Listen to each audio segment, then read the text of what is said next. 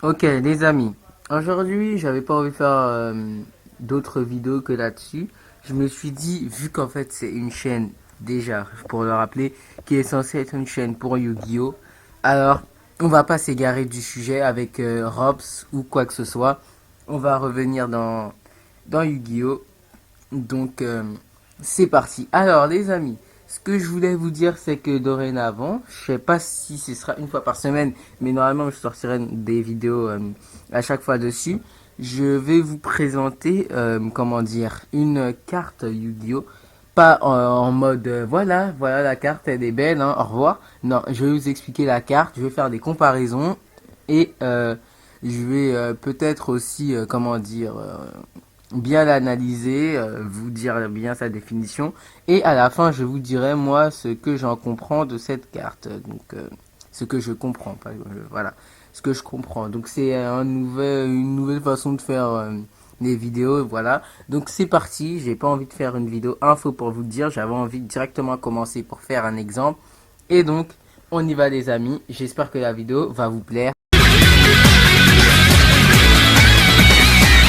沈む太陽に月が溶けるよ過去になくした記憶のページを取り戻す力を闇を貫く信じる心魂眠る場所探して瞬きできない鋭い眼光を燃やす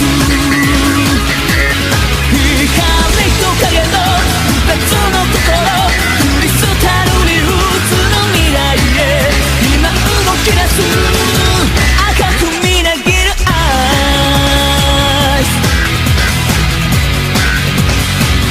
重なり合うアイス Salut tout le monde, c'est le petit youtubeur Tim, j'espère que vous allez bien. Moi je vais très bien.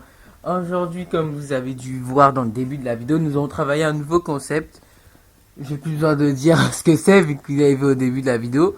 Donc c'est parti, on va directement se lancer et j'ai décidé aujourd'hui de vous parler de la carte La renaissance du monstre. La Résurrection du Monstre. Et oui, j'avais envie de vous parler de cette carte parce que il y a une autre carte qui est un peu similaire à la même, qui est d'autre que la carte de la Réincarnation du Monstre. Donc la carte de la réincarnation du monstre n'est pas pareille que la carte de la résurrection du monstre. Il ne faut pas confondre. Il y en a une où je vous lis exactement la description vu que j'ai la carte sous les yeux. La réincarnation du monstre. Défausser une carte puis cibler un monstre dans votre cimetière. Ajoutez-la à votre main. Ok. Ajoutez la carte du monstre à votre main. Mais la résurrection du monstre, je n'ai pas la carte sous la main mais je connais déjà la description. C'est en gros quand t'as un monstre qui est mort, qui est dans ton cimetière, tu le ramènes à la vie sur le terrain, soit en mode attaque, soit en mode défense de votre choix, sur le terrain. Donc, en gros, ça veut dire que là, une carte qui permet de récupérer une carte dans la main, mais il faut se défausser d'abord d'une carte dans votre main, et une autre qui ramène directement le monstre dans vos mains. C'est un peu bizarre, effectivement. Mais je me dis que franchement, il pourrait avoir une personne qui pourrait être bien avec la réincarnation du monstre, pouvoir la contrôler, tout ça. Parce que franchement, moi, vous me dites que je peux faire ressusciter, on va dire, Obélix le tourmenteur sur le terrain, bah je le fais direct, alors qu'avec la réincarnation du monstre, vous l'avez dans la main. Du coup, après, il va devoir sacrifier 3 monstres, ou 4, ça dépend vous.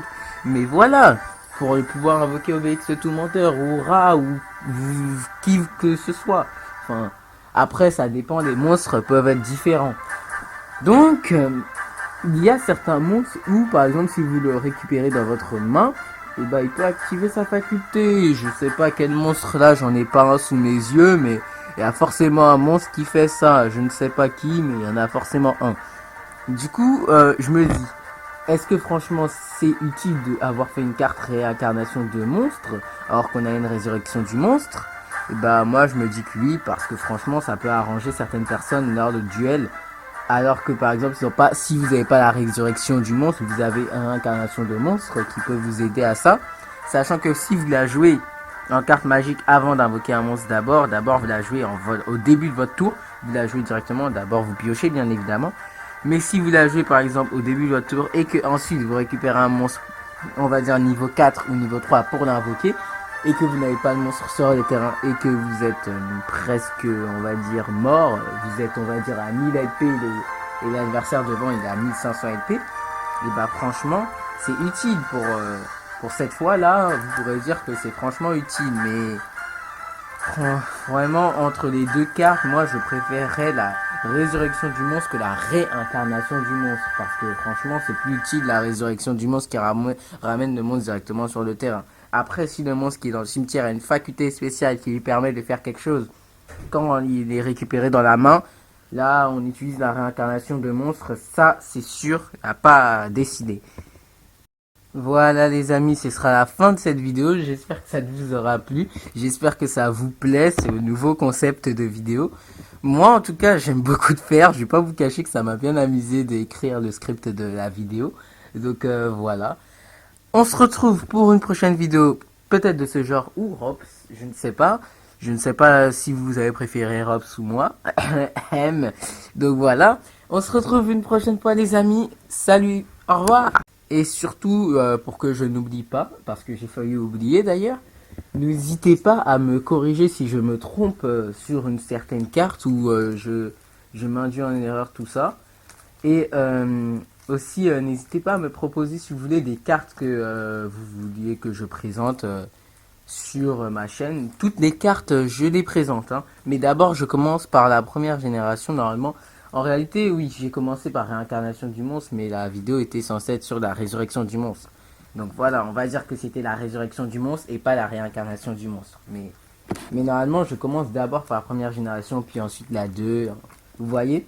Et au final, si je termine la première génération, je vous le dirai, je vais pas faire toutes les cartes non plus de la première génération. Je vais en faire, je sais pas, peut-être une cinquantaine, un truc comme ça. Et ensuite, on se retrouvera pour d'autres trucs. Donc voilà. Donc, c'était tout pour cette fois. Et si surtout, il a déjà une chaîne qui fait ça, n'hésitez pas à me la proposer. Comme ça, je pourrais aussi mettre mon avis là-dessus. Salut les amis!